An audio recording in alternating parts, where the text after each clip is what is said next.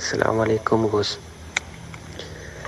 Saya mau tanya, kalau orang sudah berserah diri kepada Allah itu, setelah berserah diri orang itu melakukan pekerjaan di dalam syariat itu, mengerjakan sesuatu yang dilarang oleh syariat, gimana hukumnya menurut Gus? Nah, tolong dijelaskan sejelas-jelasnya. Alhamdulillahirabbil alamin. Allahumma shalli ala sayyidina Muhammad wa ala ali sayyidina Muhammad. Rabbi shrah li sadri wa yassir li amri wahlul 'uqdatam min lisani yafqahu qawli. Amin.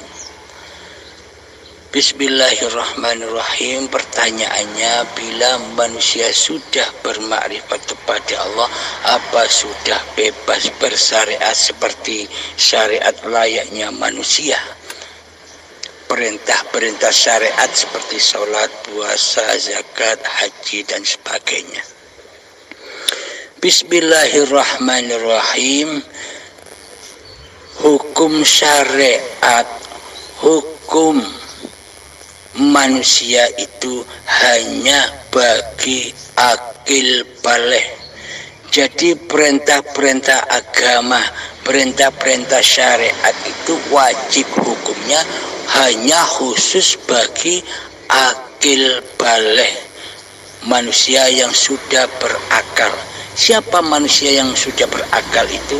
Yakni manusia yang masih merasa mentuhani diri manusianya untuk bersyariat. Pada intinya manusia masih menjadi raja, menjadi penguasa atas seluruh gerak tingkah laku syariat-syariat badaniyahnya, masih diaku-akuinya sebagai syariat diri manusianya. Nah, bagi orang-orang seperti inilah kewajiban menjalankan syariat-syariat Tuhannya. Maksudnya bagaimana? Tujuannya apa? Gunanya syariat-syariat yang diperuntukkan bagi akil balik ini, yang dibawa oleh Kanjeng Nabi Muhammad SAW, supaya manusia bisa kembali kepada Tuhannya lewat syariat-syariat yang sudah diperintahkan kepada umat muslimin. Jadi tujuannya sholat, tujuannya puasa, tujuannya zakat, tujuannya haji dan umroh dan sebagainya hanyalah untuk agar manusia bisa kembali bertemu Tuhannya di alam lillahi ta'ala. Jadi seluruh ibadah dan sholat itu wajib diawali dengan niatan ibadah, yakni di akhir kalimat niat ada password, ada pintu ada pintu kembali kepada Allah agar bisa mi'raj, agar bisa wusul, agar bisa tajalli kepada Allah, yakni membuka alam lillahi ta'ala, yakni naik ke langit 7, ke alam akhirat. Jadi langit itu bukan langit-langit dohir itu. Tempat untuk mi'rajnya Kanjeng Nabi Muhammad bukan langit-langit dohir itu. Jadi mi'raj tajalli ketemu Allah itu yakni langit-langit yang di dalam diri, yang lebih luas dari langit-langit yang dohir itu. Mau bukti bahwa langit-langit yang ada di dalam diri ini lebih luas daripada langit-langit yang dohir? Pengen bukti? Nah, buktinya begini. Bila tidak ada Allah, bila tidak ada hidup di badan ini, apakah kita bisa menyaksikan alam semesta ini? Apakah kita bisa melihat galaksi-galaksi, melihat langit-langit yang dohir itu? Kan tidak mungkin kita bisa menyaksikan ayat-ayat Allah yang diciptakan oleh Allah. Langit-langit secara dohir itu. Ketika kita berkata Allahu Akbar, mengucap kata Allah, pasti telunjuk tangan kita menuju ke atas, ke langit. Dikira langit-langit tempat Allah itu langit yang dohir. Padahal Allah itu menghiasi, meliputi langit yang ada di dalam diri, yakni Al-Quran Qadim. Jadi langit-langit yang dimaksud itu langit yang di dalam diri. Ketika manusia sudah meruntuhkan langit kewujudan manusianya, ketika manusia sudah meruntuhkan langit kewujudan hidup manusianya, jadi ketika manusia sudah meruntuhkan langit kekuasaan manusianya, ketika manusia sudah meruntuhkan langit kedaya upayaan ikhtiar manusianya, ketika manusia sudah meruntuhkan langit ilmu-ilmunya, ketika manusia sudah meruntuhkan langit penglihatannya, ketika manusia sudah meruntuhkan langit pendengarannya, dan ketika manusia meruntuhkan langit kalam-kalam manusianya, sudah runtuh semua di dalam langit itu, hancur lebur, maka yang ada hanya hayatullah. Itulah langit-langit yang dimaksud. Jadi bukan langit yang di luar. Kembali kepada pertanyaannya, apakah orang sudah bermakrifat kepada Allah masih wajib melaksanakan syariat-syariat agama?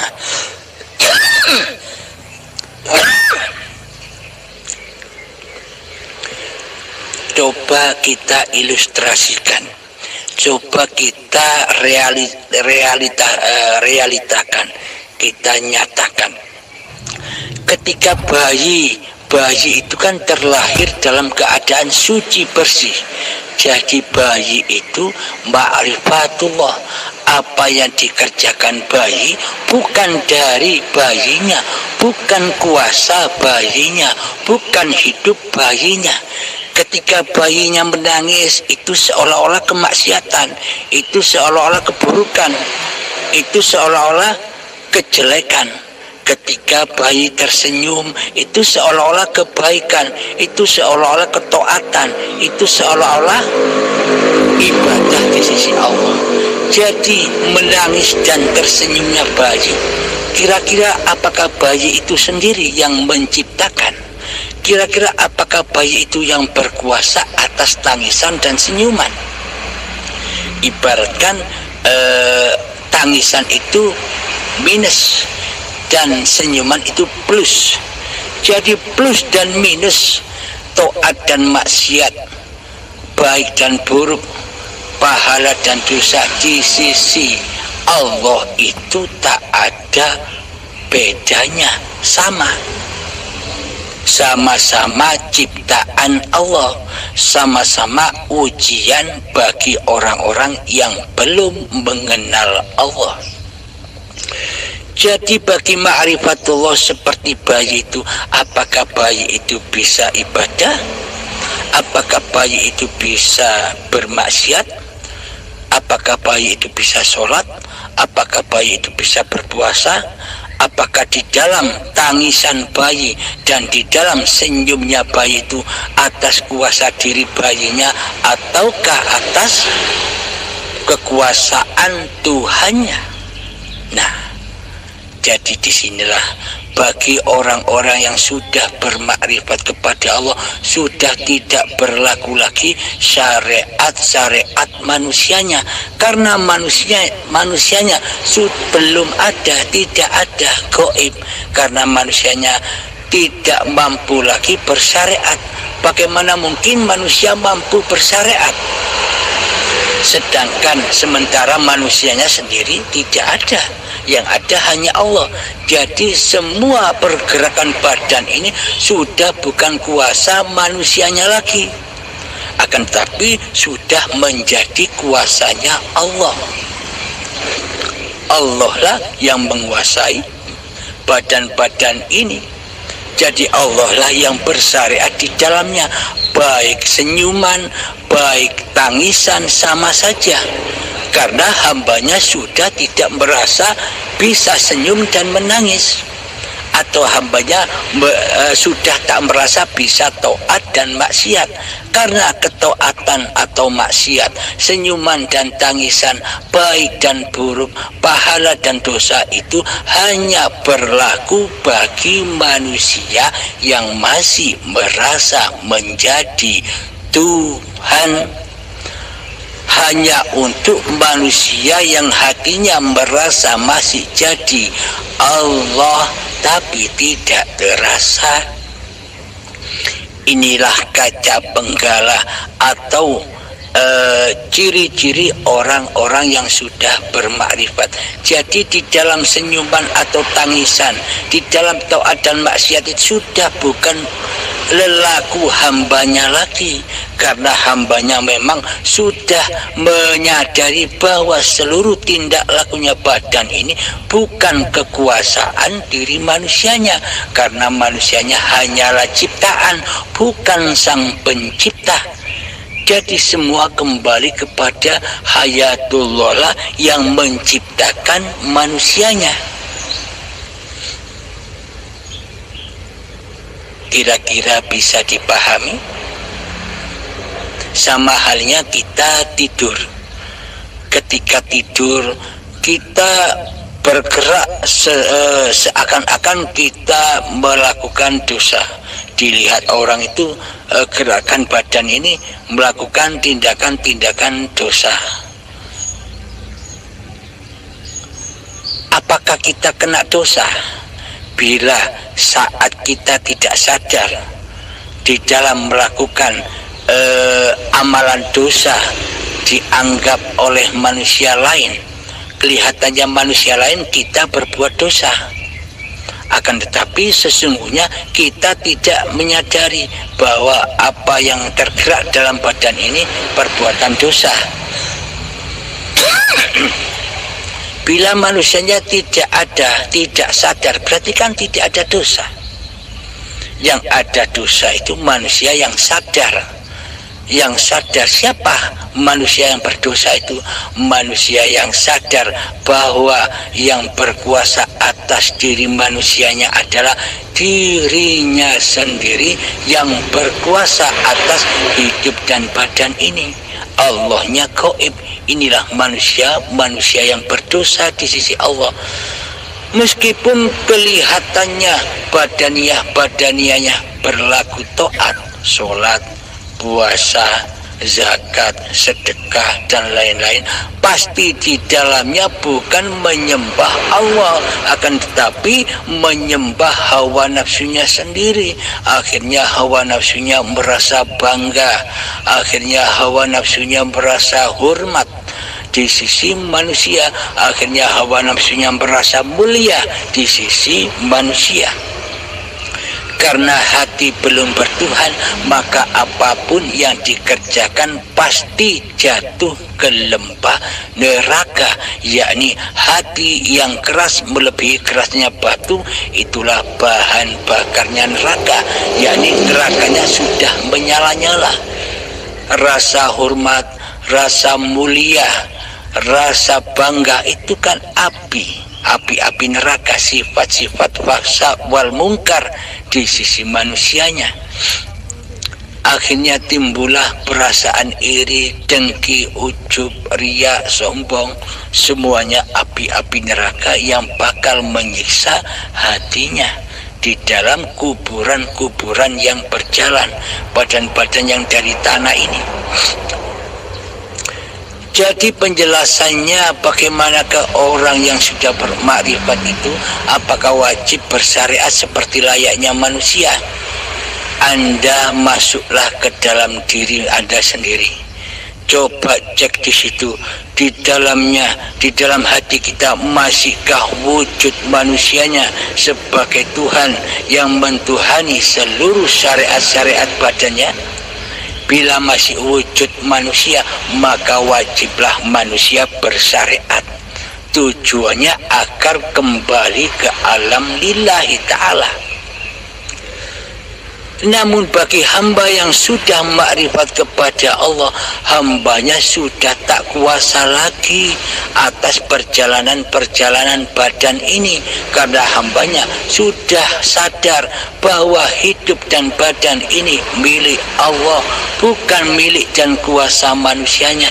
Jadi berlaku apa saja badan-badan ini, semua terserah Allah, tidak ada yang salah, semuanya benar di sisi Allah, karena Allah lah sebagai af'alnya di dalamnya. Contoh, kelihatannya ada orang-orang yang makrifat yang kelihatannya badannya tidak sholat. Contoh, menurut manusia lain itu dosa besar, karena yang memandang masih wujud manusia yang menjadi Tuhan. Jadi mereka menghukumi orang-orang yang sudah makrifat itu ya dosa, syirik, sesat. Bagi orang-orang yang memandang, yang menilai karena di dalam hatinya masih wujud menjadi Tuhannya badan, seolah-olah badannya dialah yang berkuasa atas badan-badannya, jadi memandang orang lain sama seperti dirinya. Namun bagi orang-orang yang bermakrifat sudah tidak memandang taat secara badan dan maksiat secara badan lagi, karena manusianya sudah tidak ada, karena manusianya sudah gaib, karena manusianya sudah sirna. Yang ada di hatinya bahwa hidup ini Allah, maka yang dipandang juga Allah, bukan memandang manusianya lagi. Maka seluruh manusia akan selamat dari pandangan hamba yang sudah mengenal Tuhannya. Jika hamba ini masih belum bermakrifat kepada Allah, maka manusia tidak akan selamat dari pandangannya. Pasti ada nilai baik dan buruk. Akan tetapi bagi manusia yang sudah mengenal Tuhannya, maka yang dipandang, yang didengar hanyalah hayatullah. Jadi ketika manusia, ketika yang bersangkutan melihat ada manusia yang taat, ada manusia yang bermaksiat, tidak ada bedanya, sama-sama dikuasai oleh Allah, sama-sama digerakkan oleh Allah. Ini bagi pandangan orang-orang yang sudah bermakrifat kepada Allah, karena di alam semesta ini yang ada hanya Allah lah yang berkuasa atas segala ciptaan-ciptaannya. Alhamdulillahirabbil alamin. Semoga kita semua, terutama saya pribadi dan kita semua yang mendengarkan paparan ini, semoga terketuk pintu hati Anda. Semoga kita semua dipahamkan oleh Allah Subhanahu wa ta'ala. Akhirul kalam, assalamualaikum warahmatullahi wabarakatuh.